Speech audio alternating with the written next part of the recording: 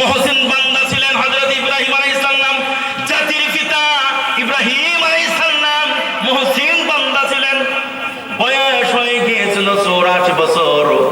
এখানে কি আছেন একটু হাত তোলেন। 84 বছর একজন নাই? আহারে 84 বছর হয়ে গেছে। জাতির পিতা ইব্রাহিম আলাইহিস সালামের কোনো সন্তান সন্ততি নাই।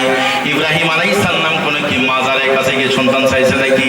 আর আমরা তো একেবারে সন্তান না হলে খাজা বাবার দরবারে অমক দরবারে গিয়ে সেজদায় পড়ে যাই, মান্যন করি যে খাজা ইয়া খাজা বাবা মেরে মতলব পুরা করে দিয়া হে খাজা একটা সন্তান দাও। আচ্ছা বলেন তো খাজা কি সন্তান দিতে পারবে নাকি? হযরত ইব্রাহিম আলাইহিস সালাম দুনিয়ার কার কাছে বললেন না। 84 বছর হয়ে গেছে, মাথার চুলগুলি পেকে ধূসর হয়ে গেছে, স্ত্রীও একেবারে চুল ধূসর হয়ে গেছে। আল্লাহর কাছে তিনি কাঁদতেছেন, আল্লাহর কাছে বলছেন ও আল্লাহ, গোটা পৃথিবীতে তাকায় তাকায় দেখি আমি চলে যাওয়ার পর তোমার দিনের বাতি কে জ্বালাবে? এমন কাউরে দেখতেছি না। আল্লাহ তুমি যদি একটা সন্তান দাও, ওই সন্তানকে দিনের বাতি জ্বালাইয়া পৃথিবী থেকে বিদায় নিব। সুবহানাল্লাহ। দিনের জন্য সন্তান চেয়েছেন, আমাদের মতো নয়। সন্তান আমরা চাই যে আল্লাহ একটা সন্তান দাও ম্যাজিস্ট্রেট বানাবো, ও আল্লাহ একটা সন্তান দাও আর্মি বানাবো। না না, তুমি রাগ করেন না, তার কোনো হাতে আর্মি ছিলেন, কথা ঠিক কিনা? ও আল্লাহ একটা সন্তান দাও টিচার বানাবো। এমনি করে তারা দোয়া করে। কিন্তু জাতির পিতা ইব্রাহিম আলাইহিস সালাম চোখের পানি ঝরছে। আল্লাহ তাআলাকে ডাক দিয়ে বলছেন ও আল্লাহ, গোটা পৃথিবীতে তাকায় তাকায় দেখি আমার বয়স অনেক হয়ে গেল, আমি যদি চলে যাই তোমার দিনের দাওয়াত কে দিবে? ইসলামী আন্দোলনের কাজ কে করবে? ও আল্লাহ একটা সন্তান দাও, ওই সন্তানকে দিনের বাতি জ্বালায়া পৃথিবী থেকে বিদায় গ্রহণ করতে চাই। আল্লাহু আকবার। কোন কবি বলেছেন একটি সন্তান দে রে মাওলা, একটি সন্তান দে। বলেন আমার সঙ্গে, একটি সন্তান দে রে মাওলা, একটি সন্তান দে। কামাই খাওয়ার আশা নাই রে, দিনের দাওয়াত দিবে কে? সকলে একটু আমার সঙ্গে ধরেন, একটি সন্তান দে রে মাওলা, একটি সন্তান দে। কামাই খাওয়ার আশা নাই রে, দিনের দাওয়াত দিবে কে? রব্বি হাবলি মিনাস সালিহিন। সুবহানাল্লাহ। রব্বি হাবলি মিনাস সালিহিন। ও আল্লাহ একটা সালিহিন সন্তান আমাকে দিয়ে দাও, সালিহিন সন্তান দাও। সালিহিন সন্তান মানে নেক সন্তান, যে সন্তান বাতিলকে উৎখাত করবে, যে সন্তান ধৈর্যশীল সহনশীল হবে, এমন একটি সন্তান দিয়ে দাও। যে সন্তান মিথ্যাকে দূরীভূত করে সত্যের আলো জ্বালাবে, যে সন্তান ইসলামী আন্দোলনে কাজ করবে, এমন একটা সন্তান আমারে দাও। চাচ্ছেন কার কাছে? আল্লাহর কাছে। কে চাচ্ছেন? আল্লাহর কাছে। আল্লাহ চাচ্ছেন। কে চাচ্ছেন? জাতির পিতা ইব্রাহিম আলাইহিস সালাম চাচ্ছেন।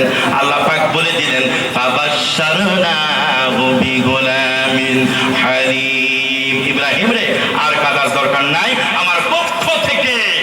আমার পক্ষ থেকে সুসংবাদ দিয়ে দিলাম।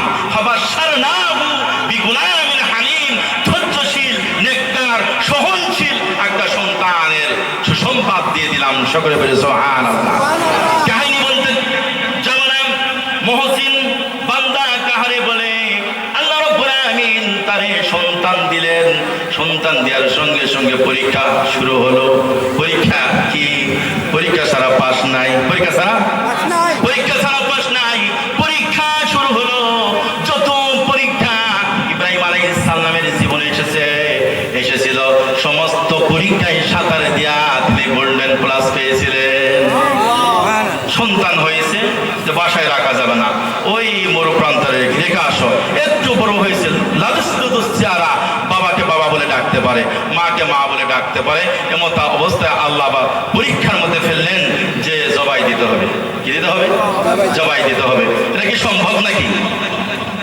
ইব্রাহিম আলাইহিস সালাম শব্দের মধ্যে দেখছেন জবাই দিতে হবে।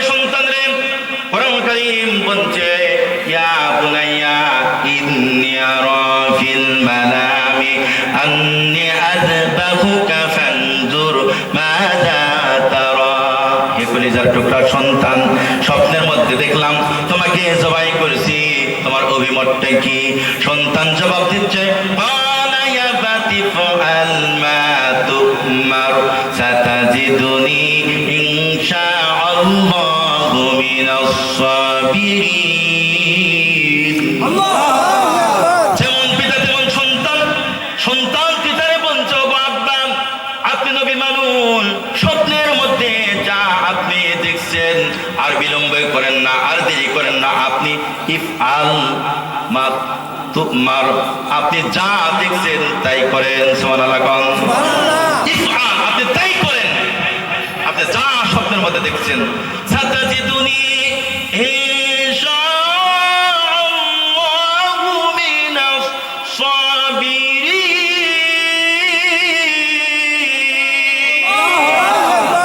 ছোট্ট বাচ্চা বাবারে বলছে, ও বাবা, আমাকে অবশ্যই আপনি ধৈর্যশীলদের মধ্যে একজন পাবেন। অহংকার মুক্ত থাকলেন। তিনি বোঝাতে চাইলেন পৃথিবীতে হাজার হাজার লক্ষ লক্ষ সন্তান ধৈর্যশীল হতে পারে, তার মধ্যে আমাকে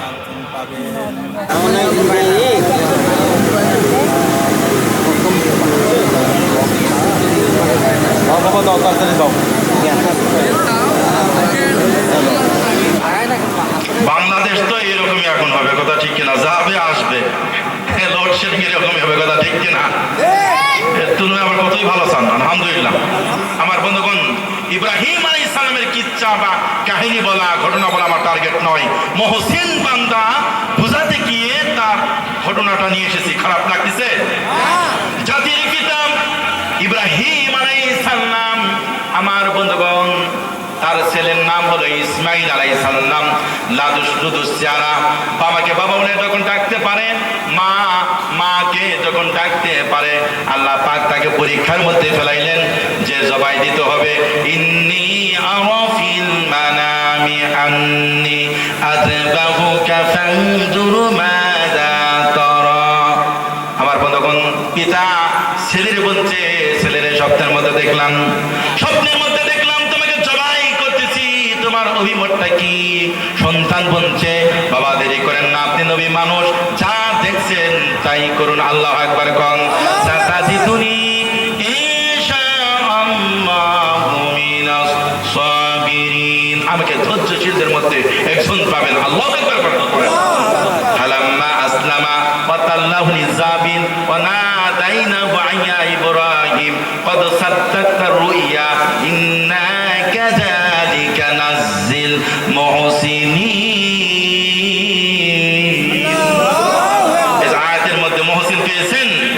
ফালাম্মা আসলামা ওয়া তাল্লাহু লিযাবিন, ইব্রাহিম আলাইহিস সালাম সন্তানকে যখন কাকে শোয়াই দিয়েছে, তাফসিরে মাজারি সহ জালালাইন সহ অনেক তাফসিরের মধ্যে দেখেছি ছোট্ট সন্তান বাবার চেহারার দিকে তাকাই বলছেন, বাবা আপনি, আমি মহাব্বতের বাচ্চা আপনার কাছে, বাবা এই আপনার এই সন্তানের চেহারার দিকে লক্ষ্য করে হয়তো বা আপনি ছুরি চালাতে পারবেন না। আল্লাহু আকবার কোন। বাবা বলছে, কি করতে হবে? আমার বন্ধুগণ, সন্তান বলছে, বাবা জবাই দেওয়ার আগে আপনি তিনটা কাজ করবেন। কয়টা বলেন? আমার দিকে দেখেন, কয়টা কাজ? তিনটা কাজ করবেন। প্রথমত আমার হাত পাটা আপনি বেঁধে দিবেন বাবা। তার কারণ হলো, যখন আমি জবাই হব, আপনি জবাই করতে যাবেন, ছটফট ছটফট করব, হয়তো বা আমার পাটা আপনার শরীরে লাগতে পারে, বেয়াদবি হবে। আল্লাহু আকবার কোন। জন্য করে আমার হাত পা আপনি বেঁধে দিবেন। দুই নম্বর হলো আপনার চক্ষুটা আপনি বেঁধে দিবেন। চেহারার দিকে যখন বাবা হয়ে সন্তানের চেহারার দিকে নজর পড়বে, মহাব্বত হবে, মহাব্বত পয়দা হবে, জবাই দিতে পারবেন না। জন্য করে আপনি চক্ষুটা বেঁধেলেন, চক্ষুটা বেঁধে ফেলবেন। আল্লাহু আকবার কোন। তিন নম্বর, ও বাবা, আল্লাহ রাহি, আল্লাহর প্রতি যখন আমি জবাই হয়ে যাব, এ রক্ত মাখা জামাটা আমার মা হাজারার কাছে হাজির করবেন আর বলবেন, চিরজীবনের জন্য আর সন্তানের সঙ্গে দেখা হবে না। আল্লাহু আকবার কোন। এই কথা বল জিব্রাইল তোমাকে সালাম দিয়েছে, এই কথা বলে আমার এই রক্ত মাখা জামাটা আমার মার কাছে দিবেন, হয়তো বা এটা স্মৃতি হিসাবে সে রেখে দিবে। আল্লাহু আকবার। আমার ভাইরা, হযরত ইব্রাহিম আলাইহিস সালাম সন্তানের পা বাঁধলেন। সন্তানের কি যেন মনে পড়লো, সন্তান বলছে, ও বাবা আপনি আমার হাতের বান্ধনটা খুলে দেন, পায়ের বান্ধনটা খুলে দেন। তার কারণ হলো আমাকে হাত পা বেঁধে যদি জবাই দিয়ে দেন, পৃথিবীর মানুষ কিয়ামত পর্যন্ত বলবে যে ইসমাইল রাজি ছিল না, এই জন্য হাত পা বেঁধে তাকে জবাই দিয়েছে। কথা ঠিক কিনা? আমি ধৈর্য ধারণ করবো বাবা, হাতের বান্ধন খুলে দেন, পায়ের বান্ধন খুলে দেন। হাতের বান্ধন পায়ের বান্ধন খুলে দেওয়া হলো। ইব্রাহিম আলাইহিস সালাম চোখ বেঁধে শুধু ছুরি চালায় সামনে, ছুরি চালায় গলার মধ্যে, কিন্তু ছুরি কাটে না, ছুরি কাটে না। আল্লাহ পাক ছুরিকে নিষেধ করে দিয়েছে, ছুরি রে রে ছুরি, আমার খলিলের বাচ্চা ইসমাইল রে কাটবি না। সুবহানাল্লাহ। তাফসীর মাজারি 13 খণ্ডে সমাপ্ত। আমার বন্ধুগণ, তাফসীর পড়তে গিয়ে দেখলাম যে ছুরি দিয়া ইসমাইল আলাইহিস সালামেরকে ফোঁস দেওয়া হচ্ছিল। আমার বন্ধুগণ, ওই ছুরির ধারে যেন আল্লাহ রাব্বুল আমিন আংটা পরে দিয়েছেন। কি করে দিয়েছেন? আংটা পরে দিয়েছেন, আংটা পরে দিয়েছেন। কাটে না, কাটে না। বাচ্চা ইসমাইল বাবারে ডাক দিয়ে বলে, বাবারে ছুরিটাকে আপনি পরীক্ষা করে দেখেন, হয়তো বা ধার নাই, হয়তো বা কি নাই, হয়তো বা ধার নাই। আপনি মুরব্বী বাবা, একটু জোরে ঠেলা দেন, জোরে একটা সামনের দিকে মারেন। আমার বন্ধুগণ, পিতা ইব্রাহিম এবার জোরে একটা ফোঁস দিয়েছে। দেখবেন কুরবানির সময় যখন গরু জবাই করতে যান কিংবা খাসি জবাই করতে যান, খেসকে একটা শব্দ হয়। কি হয়? খেসকে একটা শব্দ হয়। পিতা ইব্রাহিম আলাইহিস সালাম সন্তানের এই গলার উপর দিয়া যখন ছুরি মারলেন, খেসকে একটা শব্দ হলো। এইবারে পিতা ভাবলেন, আমার বাচ্চা হয়তো বা আল্লাহ রাহে কুরবানি হয়ে গেল। আল্লাহ আকবার। কিন্তু হয় নাই, হয় নাই। আল্লাহ পাকের লক্ষ লক্ষ ফেরেশতারা আল্লাহ তাআলার কাছে চিৎকার দিয়ে দিয়ে বলছিল, ওগো আল্লাহ, এই দৃশ্য আমরা দেখতে চাই না। বাবা হয়ে সন্তানরে জবাই করেছে, এই দৃশ্য দেখতে চাই না, দেখতে চাই না। আল্লাহ রাব্বুল আমিন জিবরিল আলাইহিস সালামকে বললেন, রে জিবরাইল, যাও যাও, জান্নাত থেকে একটা দুম্বা নিয়ে আমার খলিল ইব্রাহিম আলাইহিস সালামের কাছে হাজির করে দাও। ইসমাইলের পরিবর্তে ওই দুম্বা জবাই হয়ে যাবে। সুবহানাল্লাহ। কোন ইসমাইল আলাইহিস সালামের পরিবর্তে দুম্বা জবাই হয়ে গেল, কিন্তু চোখ তো বাঁধা। কার চোখ বাঁধা বলেন? ইব্রাহিম আলাইহিস সালামের চোখ বাঁধা। বুঝতে পারেন নাই, বুঝতে পারেন নাই। তিনি ভাবছেন আমার কলিজার টুকরা সন্তানটা জবাই হয়ে গেল। আল্লাহ তাআলার ফেরেশতা মিকাইল ফেরেশতা সহ আর কিছু ফেরেশতা ছিলেন, তারা বলছেন আল্লাহু আকবার। বলেন আল্লাহু আকবার, আল্লাহু আকবার, লা ইলাহা ইল্লাল্লাহু, আল্লাহু আকবার, আল্লাহু আকবার, ওয়ালিল্লাহিল হামদ। চক্ষু খোলা হলো, চক্ষু তিনি খুললেন, খুলে দেখছেন ইব্রাহিম আলাইহিস সালাম চক্ষু খুলে দেখছেন দুম্বা জবাই হয়ে গেছে, কলিজার টুকরা সন্তান দাঁড়ায় আছেন। আল্লাহু আকবার। কোন আল্লাহু আকবার। কোন চাটা পরীক্ষা নয়, পরীক্ষায় তিনি পাস। পরীক্ষায় পরীক্ষা করেন। আগামীকাল আপনাদের 7 বছরের বাচ্চাকে বলেন কিংবা 9 বছরের বাচ্চাকে ডাক দিয়ে বলেন যে আব্দুল্লাহ, গত রাত্রিতে স্বপ্নের মধ্যে দেখলাম তোমাকে জবাই করছি, চলো এই যে ছুরি নিয়েছি, ওই যে ভুট্টার এলাকায় যাই। কি সন্তান তো বাপরে বলে, ডাকাত নাকি? কথা ঠিক কিনা? কি কয়? কথা ঠিক কিনা? দৌড় দিবে কি দিবে না? একেবারে মায়ের সঙ্গে যুক্তি করে বাবারে জবাই দিবে। কথা ঠিক কিনা? বাবা এমন পিতা, হিসাব করেন আমরা তুলাতাম না। কথা ঠিক কিনা? ইব্রাহিম আলাইহিস সালাম কিন্তু পাস। আল্লাহু আকবার। কোন আবার ইব্রাহিম আলাইহিস সালামের অগ্নির কুণ্ডে যাওয়া লাগলো, এই ঘটনা আপনাদের জানা। সেখানেও পাস। সেখানে কি? সেখানেও পাস। নমরুদ কিন্তু ঠকেছে, বিজয় হতে পারে না। কথা ঠিক কিনা? সব জায়গায় পাস করলেন। আল্লাহ পাক বললেন, ইন্নী জাইলুকা লিন-নাসি ইমামা। হে ইব্রাহিম, গোটা বিশ্বের জন্য তোমাকে ইমাম বানাইলাম। সুবহানাল্লাহ। ইমাম এমনি এমনি হওয়া যায় না, পরীক্ষা ছাড়া হওয়া যায় না। কথা ঠিক কিনা? কথা ঠিক কিনা? 17 বছর বাংলাদেশের বাইরে থেকে এসে ইমাম হয়েছে। কথা ঠিক কিনা? পরীক্ষা ছাড়াই। কত মূল্য, কত এই যে আমার বন্ধুগণ, বাংলাদেশ দ্বিতীয়বার স্বাধীন হলো, কত রক্ত ঝরলো। এই যে রংপুর বিভাগে, রংপুরে আবু সাঈদ শহীদ হয়ে গেল, ঢাকার বুকে মুগ্ধ শহীদ হয়ে গেল। কথা ঠিক কিনা? কথা ঠিক কিনা? আমার বন্ধুগণ, তারপরে সিরাজগঞ্জে মাহফিল করতে গেলাম। আরিফ নামক ছেলেকে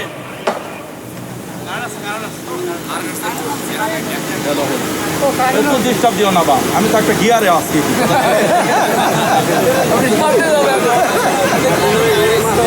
কারেন্ট যদি নাও আসে, আমার এমন কোন ঠান্ডা দিয়েছে, 10,000 মানুষের সামনে বক্তব্য দিব ইনশাআল্লাহ। আসলে আমি তো একটা গিয়ারে আছি, আর এদিক সেদিক করলে তো সমস্যা। আলহামদুলিল্লাহ বলেন, আলহামদুলিল্লাহ বলেন। এবার কারেন্ট যদি চলে যায়, মুখে বাজবে ইনশাআল্লাহ। তাহলে বলছিলেন, রংপুর আবু সাঈদ রক্ত দিয়েছে, মুগ্ধ রক্ত দিয়েছে। এছাড়া সিরাজগঞ্জে মাহফিল করতে গেলাম, আরিফ নামক এক ছেলেকে হত্যা করার পরে বেঈমানরা জবাই দিয়েছে। আল্লাহু আকবার। দেশ শাহ মাকদুমের দেশ, ওলি আল্লাহর দেশ, এবং বাংলাদেশ দ্বিতীয়বারের মতো যে স্বাধীন হলো, ওরা 1,000 তরুণেরা, যুবকেরা রক্ত দিয়েছে। মাদ্রাসার ছাত্র হলো 14 জন হাফেজে কোরআন রক্ত দিয়েছে। আলহামদুলিল্লাহ কোন আল্লাহ পাক যেন দেশকে কবুল আর মঞ্জুর করে সকলে পরে আমিন। আমরা ভয় পাই না, তার কারণ সেই 54 বছর থেকে আমরা অত এমপি পেয়েছিলাম না, এখন একাই পরে 68। ওরা বাঁকা পথে গেলে আমরা সোজা করার জন্য যথেষ্ট। কথা কই না কেন? আমার প্রিয় ভাইরাম, আল্লাহ রাব্বুল আলামিন কাদেরকে ভালোবাসেন এই সম্পর্কে আলোচনা করতেছিলাম। জাতির পিতা ইব্রাহিম আলাইহিস সালামকে মুহসিন বান্দা হিসেবে আল্লাহ তাআলা আখ্যায়িত করেছেন। আল্লাহ পাক বলছেন, ইন্না কাযালিকা নাজিল মুহসিনিন। ইব্রাহিম আলাইহিস সালাম সহ যারা এরকম পরীক্ষা দিয়ে উত্তীর্ণ হয়েছে, তোমাদের জীবনে অনেক পরীক্ষা আসবে, তোমরা ধৈর্যের মাধ্যমে পরীক্ষায় মোকাবিলা করবে। সুবহানাল্লাহ কোন, সুবহানাল্লাহ কোন। আল্লাহ পাক এই কথা কোরআন কারীমের মধ্যে সুন্দর করে জানাই দিয়েছেন। আহসিবান নাসু আইতুরাকু আয়াকুলু আমান্না ওয়া হুম লা ইফতানুন। আল্লাহ পাক বলছেন, ঈমান আনলে তোমাদেরকে ছাড় দেওয়া হবে না, তোমাদের জীবনে পরীক্ষা নেওয়া হবে। সুবহানাল্লাহ কোন। আল্লাহ পাক অন্যত্রে বলছেন, আমা হাসিবতুম আন তাদখুলুল জান্নাতা ওয়া লাম্মা ইয়াতিকুম মাসালুল লাযিনা খালাউ মিন ক্বাবলিকুম মাসসাতুহুমুল বাসাউ ওয়াদ দাররাউ। তোমরা এই কথা ভেবো না, এমনি তোমরা জান্নাতে চলে যাবে, পরীক্ষা নেওয়া হবে না। অথচ পূর্ববর্তী নবী রাসূলদের উপরে পরীক্ষা চলেছে, কত মার আছে, অত্যাচার আছে, জুলুম এসেছে, নির্যাতন এসেছে, হতাশা তারা হয় নাই, মন তাদের ভেঙে যায় নাই। কথা ঠিক কিনা?